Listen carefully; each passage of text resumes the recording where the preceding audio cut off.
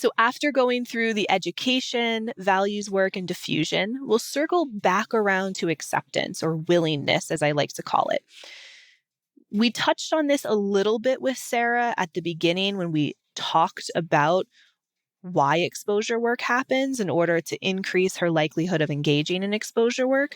But now that she has these extra tools, we're going to touch base again and talk about transitioning into doing interoceptive exposure, what that looks like, what to expect, helping her remember that she is in control, that she controls the pace that we go through the exposures, that she can choose to stop them at any time, and that I'm going to be here with her creating that safe environment. Usually at this point, clients are a bit more willing to try it out. And if there is still a lot of hesitancy there, I usually frame it as an experiment. Let's just try and see what happens. We know what happens if you stay on this path that you've been on. Panic attacks have gotten worse, your life has gotten smaller. So are you willing to potentially feel some pretty intense discomfort in order for a different outcome? Would you be willing to do that? And when we talk about willingness, a lot of times we feel like it's a rhetorical question, but it's really not. No is a perfectly acceptable answer. And so if a client is really resistant to exposure work, we want to honor that, talk through some of their hesitancies, maybe clear up some misconceptions. But we might then talk about approaching values, engaging in committed actions, so values-based behaviors, in a more unstructured way that doesn't feel maybe as scary as an exposure hierarchy. But I always like to start with exposure hierarchies first, just because they have a lot of backing and evidence. But if someone is very against doing exposure work that feels too threatening to them, then we can spend more time on some of that diffusion work. And essentially, while engaging in committed actions, they're basically doing exposure work. We're just not calling it exposure work. So it's a softer launch into exposure work. But Sarah was game for interoceptive exposure. And so for her, we specifically focused on feelings of shortness of breath, of dizziness, kind of disorientation, and increased heart rate.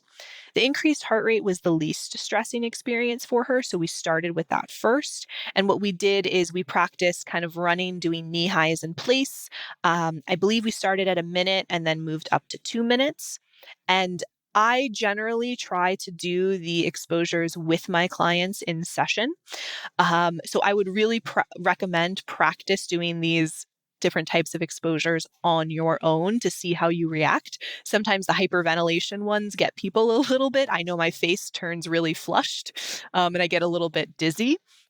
So being able to do those exercises with your client helps to model for them that this is not scary, that it's uncomfortable. So in session, we would do the exposures and we would start with the knee highs since the heart racing is the least threatening panic symptom for her. We want to start with the least scary and work our way up. Our goal is to create a safe space that she knows that she's in control of, that she can end exposure at any time. I always preface interoceptive exposure exercises by saying that if you are genuinely concerned that there is an immediate health crisis that's happening, like you are imminently about to faint, stop. It is not worth you injuring yourself or your health. However, if you just feel very, very uncomfortable, I would encourage you to try going for 10 seconds longer or 15 seconds longer or 20 seconds longer and seeing if you can do it even when you're feeling that intense distress. One, it helps give them a little reminder that we're not just going to bail at the first sign of being uncomfortable, but it also helps draw their attention to the fact that you can feel something very distressing. Your mind can tell you, no, I can't do it, and you can do it anyway. That your mind and what your body is telling you does not dictate your behavior. This is an important lesson. And an important thing to really focus on is that I can feel uncomfortable and I can go out and live my values, live my truth, live a meaningful life. And so in session, we might do the knee highs 2 or 3 times. I usually do it at least more than once, just so that they have a feel of what it's like. And then if we have enough time in session, we always want to leave enough time at the end of session to kind of debrief and help them come down from the experience. We might then work up the list. So I'm not going to go through every single interoceptive exposure exercise you could ever do, but I guarantee you if you Google interoceptive exposure, there's going to be a lot of worksheets that show up of different exercises that you can do. The second one is that she got very distressed at feeling dizzy or disoriented.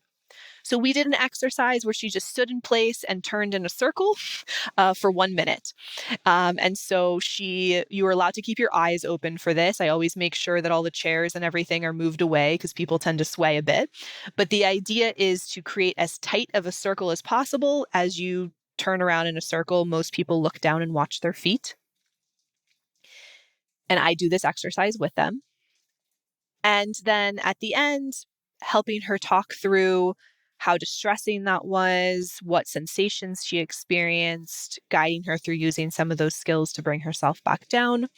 We might do that again. And then finally getting to the shortness of breath.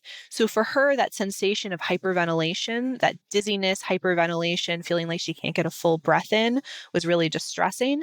And so what we would do is essentially induce hyperventilation for 30 seconds. So this would be fast and deep breathing. So it kind of looks like you're pulling in air and then pushing air out. So and I would ask you to just do that right now for a couple of breaths. You might notice my face is going to get a little bit flushed just from doing it. So we don't do it more than 30 seconds. And